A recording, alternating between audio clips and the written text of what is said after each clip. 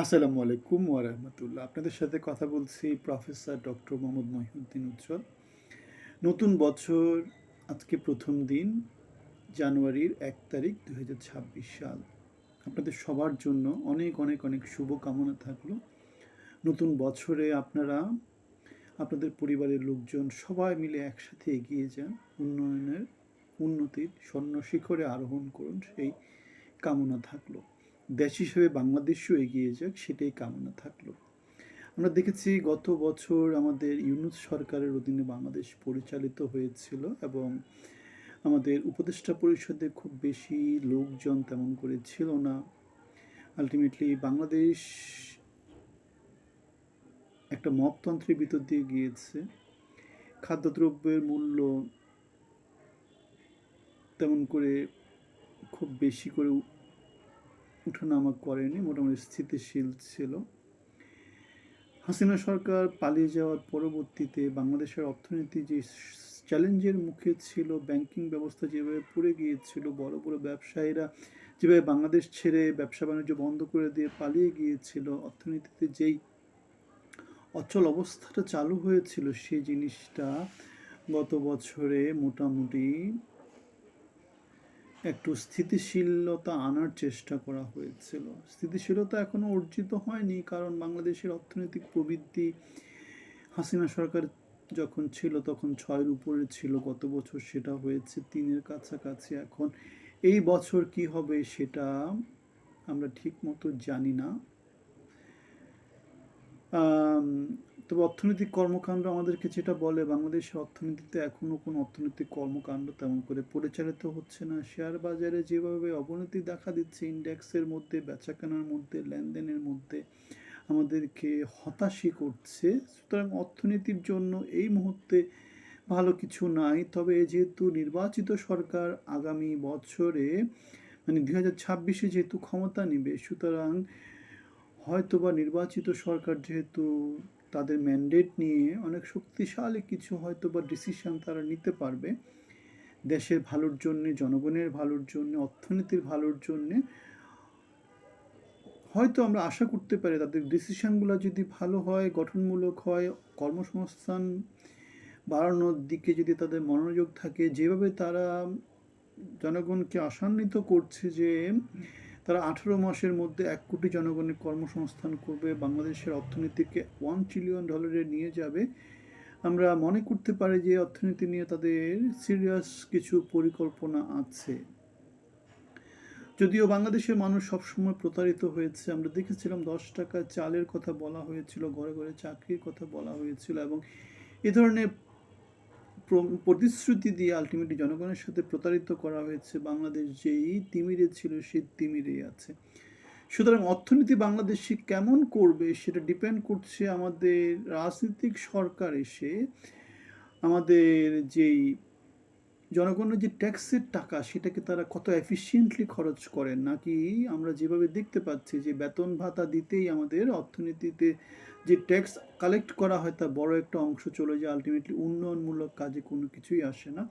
জনগণের উপর একটা করের বোঝা চাপিয়ে দিয়ে আলটিমেটলি যে যেভাবে পারে মিউজিক্যাল চেয়ারের মতো বাংলাদেশকে চালাচ্ছে। এই সংস্কৃতির যদি পরিবর্তন না হয়, অর্থনীতিতে গঠন কোনো পরিবর্তন আসবে না। আমি অনেক দিন ধরে বলে আসছি, বাংলাদেশের জনগণের যে ট্যাক্সের টাকা সেটা দিয়ে জনগণকে যেই কর্মসংস্থানের ব্যবস্থা করা হচ্ছে সেটা কমানোর চেষ্টা করতে হবে। আলটিমেটলি প্রাইভেট সেক্টরে কর্মসংস্থানটা বাড়াতে হবে এবং জনগণের ট্যাক্সের টাকাকে মোস্ট এফিসিয়েন্টলি যাতে অবকাঠামোগত উন্নয়নের দিকে ইউজ করা হয় সেই ব্যবস্থাটা করতে হবে। বেতন দিতে যদি আমাদের করের বেশিরভাগ অংশ চলে যায়, আলটিমেটলি উন্নয়নমূলক কাজের জন্য কিছু থাকে না। এখন আমাদের এইবারের যে অর্থমন্ত্রী সালাউদ্দিন, সে বলেছে তারা সরকারি কর্মচারীদের মতন একটা পে স্কেল দিবে এবং সেটা দিতে গেলে জনগণের করের টাকার বড় একটা অংশই কিন্তু আবার চলে যাবে। সুতরাং উন্নয়নমূলক কাজে কিছু থাকবে না। সুতরাং আমরা দেখতে পাচ্ছি আলটিমেটলি ভালো কিছু, যদি বেতন কাঠামো বাড়ানো হয়, ভালো কিছু নাই। আমাদের বরং চেষ্টা করা উচিত দ্রব্যমূল্য কমানোর জন্য যেই বেতন ভাতাটা দেওয়া হয় সেটা দিয়ে যাতে লোকজনের আম, দিনাতিপাত হয়, মানে লোকজন যাতে খেয়ে পরে সুন্দরভাবে জীবনযাপন করতে পারে সেই ব্যবস্থাটা করা। এখন দেশে উৎপাদন না বাড়ায় যদি খালি খালি টাকাকে যদি কাগজের মতো করে যদি ইউজ করা হয়, সেটার তো খুব একটা ভ্যালু থাকবে না। সুতরাং আমাদেরকে মনোযোগী দিতে হবে যাতে টাকার ভ্যালু থাকে এবং আমাদের উৎপাদন যাতে বাড়ে, আমাদের কর কাঠামো যাতে মোটামুটি সুষম হয়। ইচ্ছা মতো করে ট্যাক্স বাড়িয়ে দিলাম, আলটিমেটলি ইন্ডাস্ট্রিয়ালাইজেশন বন্ধ হয়ে গেল, তাহলে আলটিমেটলি সেই ট্যাক্স বেশি করে আসবে না, আলটিমেটলি দেশও অর্থনীতি মুখ থুবড়ে পড়বে। এখন ব্যাংকিং খাতের কথা বলা যায়, বাংলাদেশের অনেকগুলো ব্যাংক বর্তমানে দেউলিয়া হয়ে গেছে এবং সেগুলোকে আম, মোটামুটি তাদের লাইসেন্স প্রত্যাহার করে নেওয়া হয়েছে, তাদেরকে মার্জ করে নতুন একটা বড় ব্যাংক তৈরি করা হয়েছে। ব্যাংকিং খাতে গত 17 বছরে যে লুটপাটটা হয়েছে, সেটা বাংলাদেশে যে লুটপাটের সংস্কৃতি, সেটাকেই নতুন করে আমাদেরকে বলে যে বাংলাদেশের লুটপাটের সংস্কৃতি চালু ছিল, চালু আছে, সামনে হয়তোবা চালু থাকবে। যারা ক্ষমতায় থাকে তারা এরকম নানা ইস্যুকে তারা পুঁজি করে নিজেদের সম্পত্তিকে হাজার থেকে লক্ষ গুণে বাড়িয়ে এনে এবং জনগণের উপর নানা রকমের বোঝা চাপিয়ে দেয়। ব্যাংকের টাকা যেগুলো লুটপাট হয়েছে সেগুলো জনগণের টাকা, ব্যাংকে নতুন করে যে ব্যাংকটা খোলা হয়েছে সেগুলো জনগণের টাকা, যারা টাকা লুটপাট করেছে, যারা জনগণের টাকা লুটপাট করেছে, যেই ঝামেলার মধ্যে পড়তে হচ্ছে তারা জনগণ পড়তেছে। আলটিমেটলি যারা লুটপাট করেছে তারা কোনো ঝামেলার মধ্যে পড়েনি, তারা দেশ ছেড়ে পালিয়ে চলে গেছে। সুতরাং ব্যাংকিং ব্যবস্থাপনার মধ্যে আমাদের যে নিয়ম নীতিগুলো ছিল সেগুলোকে কেউ তোয়াক্কা করে না, যারা ক্ষমতাবান তারা তো করেই না।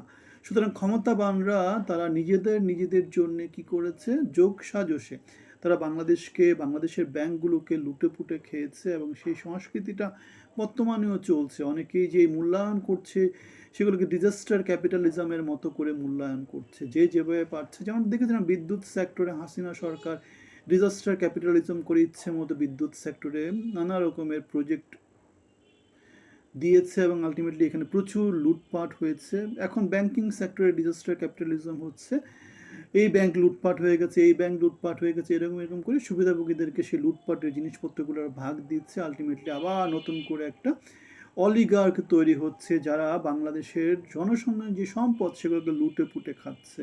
এখন রাজনীতিতে নতুন কি, রাজনীতিতে আমরা দেখতে পেয়েছি আওয়ামী লীগ সরকার বাংলাদেশের রাজনীতিতে গত 1.5 বছর ধরে অনুপস্থিত আছে। তারা 17 বছরে ফ্যাসিজম তৈরি করার পরে গণবিপ্লবের মধ্য দিয়ে অথবা গণ অভ্যুত্থানের মধ্য দিয়ে পতিত হয়েছে এবং বাংলাদেশ ছেড়ে পালিয়ে গেছে। তাদের শীর্ষ নেতৃত্বের কেউই এখন দেশে নাই, তারা আগামী যে নির্বাচনটা হবে সেই নির্বাচনেও তারা অংশগ্রহণ করতে পারবে না। সুতরাং রাজনীতিতে একটা বিশাল শূন্যস্থান তৈরি হয়েছে। ছোট ছোট অনেকগুলো রাজনৈতিক দল নতুন করে তৈরি হয়েছে, তারা রাজনীতি করার চেষ্টা করছে, কিন্তু তাদের নিয়েও আবার পত্রপত্রিকাতে নেগেটিভ প্রোপাগান্ডামূলক নানা রকম নিউজ হচ্ছে, কেউ কারোর জন্য জায়গা ছাড় দিচ্ছে না।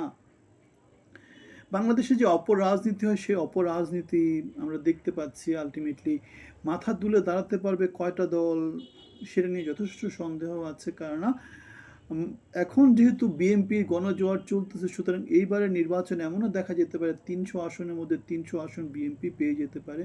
আমরা দেখে পেয়েছি গণ অধিকার পরিষদ, এনসিপি, তারপরে নানা রকমের দলগুলো, গণতন্ত্র মঞ্চ, নাগরিক ঐক্য, এগুলো কি করেছে, এগুলো নিজেদেরকে বিলুপ্তি করে বিএনপির সাথে নতুন করে জোট বেঁধেছে। আলটিমেটলি তারা ধানের শীষ প্রতীকে তারা নির্বাচন করবে এবং যেটা দেখা যাবে বাংলাদেশে বরং বিরাজনীতিকরণ চলতেছে। অনেকগুলো রাজনৈতিক দল ছিল তাদের কোনো অস্তিত্ব নাই, তারা এখন বিএনপির সাথে ঐক্যবদ্ধ হয়ে বিরাজনীতিকরণ চলতেছে। এটাকে অনেকে যেটা বলতেছে অনেকটা বাকশালীর মতোই হয়ে যাচ্ছে, যে রাজনৈতিক দল বলতে কিছু নাই, এখন সব রাজনৈতিক দল নিজেরা নিজেদেরকে বিলুপ্ত করে দিয়ে আলটিমেটলি বিএনপির সাথে এক হয়ে যাচ্ছে। দেশে বিরোধী মত বলতে খুব বেশি থাকবে না। সুতরাং রাজনীতির জন্য যদি গঠনমূলক রাজনীতি না হয়, বাকশাল একদিক থেকে ভালো দিক, যদি মনে করেন যে দেশের মধ্যে অরাজকতা, অস্থিরতা, নানা রকমের হরতাল, জ্বালাও পোড়া এগুলো যদি না থাকে দেশের অর্থনীতির জন্য সেটা ভালো, দেশের উন্নয়নের জন্য সেটা ভালো। এখন যদি এমন হয় বাংলাদেশের উন্নতি চেতে হবে, যেমন আমরা যেটাকে বলি মাহাথির মোহাম্মদকে আমরা বলি, তিনি অনেকটাই কিন্তু যেটাকে বলে গণতান্ত্রিক ছিলেন না, তিনি ছিলেন স্বৈরাচার ছিলেন। সুতরাং স্বৈরাচারী মনোভাব নিয়েই দেশটাকে চালিয়ে তিনি উন্নতির শিখরে নিয়ে গিয়েছিলেন।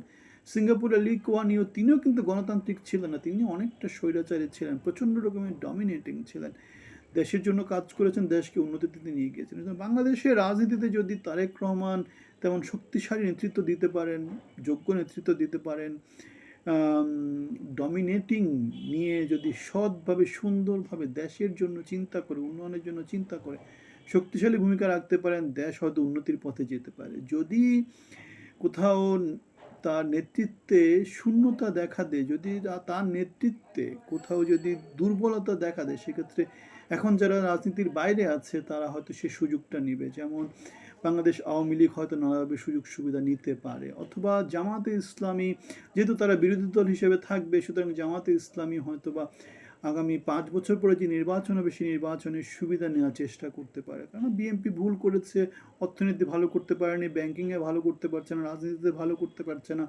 দ্রব্যমূল্য ঠিকমতো নিয়ন্ত্রণ করতে পারছে না। এগুলোকে রাজনীতি হিসেবে ব্যবহার করে হয়তো জামাতে ইসলামীও বিএনপির বিরুদ্ধে হয়তো বা আন্দোলন তৈরি করতে পারে এবং ফয়দা নিতে পারে, পরবর্তী নির্বাচনে ভালো করতে পারে। সুতরাং রাজনীতিতে ভালো করতে পারবে কি না বিএনপির এই যে এখন ভূমিধস যেই জয় জয়াকার, সেই জয় জয়াকারকে যদি তারা পুঁজি করে সংসদে যদি শক্তিশালী সরকার ব্যবস্থা প্রবর্তন করতে পারে এবং শক্তিশালী নীতি নির্ধারণী কার্যক্রম যদি পরিচালনা করতে পারে, যেটা সময়ে সময়ে রিভিউ করে তারা কি করতে পারে, দিক নির্দেশনা চেঞ্জ করতে পারে আলটিমেটলি, যাতে খুব খারাপ কিছু না হয়, সেই দিকে যদি দেশকে নিয়ে যেতে পারে, তাহলে হয়তো ভালো কিছু আছে।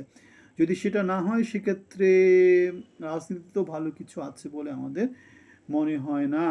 যদিও আমরা দেখতে পাই বা আমাদের বেশ কিছু বড় বড় প্রজেক্ট মোটামুটি এই 5 বছরের মধ্যে অপারেশনে চলে আসবে এবং সেগুলোর ভূমিকা বাংলাদেশের অর্থনীতি, রাজনীতি, বাংলাদেশের ইন্ডাস্ট্রিয়ালাইজেশন, এগুলো খুব বড় ভূমিকা রাখবে। সুতরাং সেগুলা একটা পজিটিভ ইম্প্যাক্ট যদি রাজনৈতিক সরকার তৈরি করতে না পারে, বাংলাদেশের রাজনীতিতে ভালো কিছু আছে বলে আমাদের মনে হয় না। এখন বাজার মূল্য নিয়ন্ত্রণ করতে হলে আমাদেরকে যেটা করতে হবে, সিন্ডিকেশনকে বন্ধ করতে হবে, আইনের শাসন, ন্যায়ভিত্তিক শাসন সেটা প্রতিষ্ঠা করতে হবে, সাপ্লাই চেইন যেটা আছে, পরিবহন ব্যবস্থা সেটাকে উন্নত করতে হবে, চাঁদাবাজি, মাস্তানি, রাহাজানি এগুলোকে কমাতে হবে। এখন এই কাজগুলো যদি করতে না পারে, বাজার মূল্য স্থিতিশীল রাখা সম্ভব হবে না। কেননা সুবিধাভোগী লোকজন তো কম নয়, বাংলাদেশে যদি 20 কোটি মানুষ, অভাবযোগ্য জনপদ, যেহেতু যে কেউ ইচ্ছে করলে হয়তো বা যদি পারে বাজার মূল্য নিয়ন্ত্রণ করতে, তাহলে অতি সহজে প্রফিট নিয়ে নিতে পারে। আলটিমেটলি ওই চক্র তো সবসময় কারসাজি চক্র, সবসময় বাজারে অ্যাক্টিভ থাকে। সুতরাং তাদেরকে শক্ত হাতে দমন করতে হবে, সরকারের প্রশাসন যন্ত্রকে সে ব্যাপারে সজাগ থাকতে হবে, পুলিশ বাহিনীকে সজাগ থাকতে হবে। আর আমাদের পালিয়ে যাওয়া যে ফ্যাসিস্ট আছে, তারা তো বাজার মূল্য, রাজনীতি, ব্যাংকিং, অর্থনীতি সব সেক্টরেই নানাভাবে বাংলাদেশকে অচল করে দিয়ে তাদের যে শাসন ব্যবস্থা সেটা অনেক ভালো ছিল, সেটা প্রমাণ করার জন্যে সব সময় অ্যাক্টিভ থাকবে, সেটা তো আমরা জানি। সুতরাং 2026 সাল আজকে প্রথম দিন, 2026 সালটা আমাদের কেমন যাবে সেটা ডিপেন্ড করছে আমাদের রাজনৈতিক নেতৃত্বে কারা আসতেছে, তারা কি এই ধরনের গঠনমূলক চিন্তা ভাবনা করতে পারছে কিনা, তাদের নেতৃত্বে কারা আছে, তাদের ডায়নামিজম কেমন আছে, তাদের যোগ্যতা কি, নাকি পুরনো যে সংস্কৃতি, 54 বছরের যে সংস্কৃতি, লুটেপুটে খাওয়ার সংস্কৃতি, সেই সংস্কৃতিতেই আমাদের বড় একটা সময় নষ্ট হবে। তাহলে বাংলাদেশের জনগণের জন্য সেটা হবে, 24-এর গণ আন্দোলনে নিহতদের জন্য সেটা হবে একটা চূড়ান্ত রকমের অবহেলা, চূড়ান্ত রকমের অবমূল্যায়ন। আমরা চাই বাংলাদেশের আনাচে কানাচে ছড়িয়ে থাকা যোগ্য, মেধাবী, শিক্ষিত, দেশপ্রেমিক, ত্যাগী, সংগ্রামী জনগণকে বাংলাদেশের গঠনমূলক উন্নয়নে ভূমিকা রাখার জন্যে রাজনৈতিক নেতৃত্ব সুযোগ করে দিক, বাংলাদেশ এগিয়ে যাক, সবাই মিলে আমরা একসাথে এগিয়ে যাই, সেই শুভকামনা থাকলো। সবার জন্য শুভকামনা, 2026 সবার জন্য সুফল বয়ে আনুক।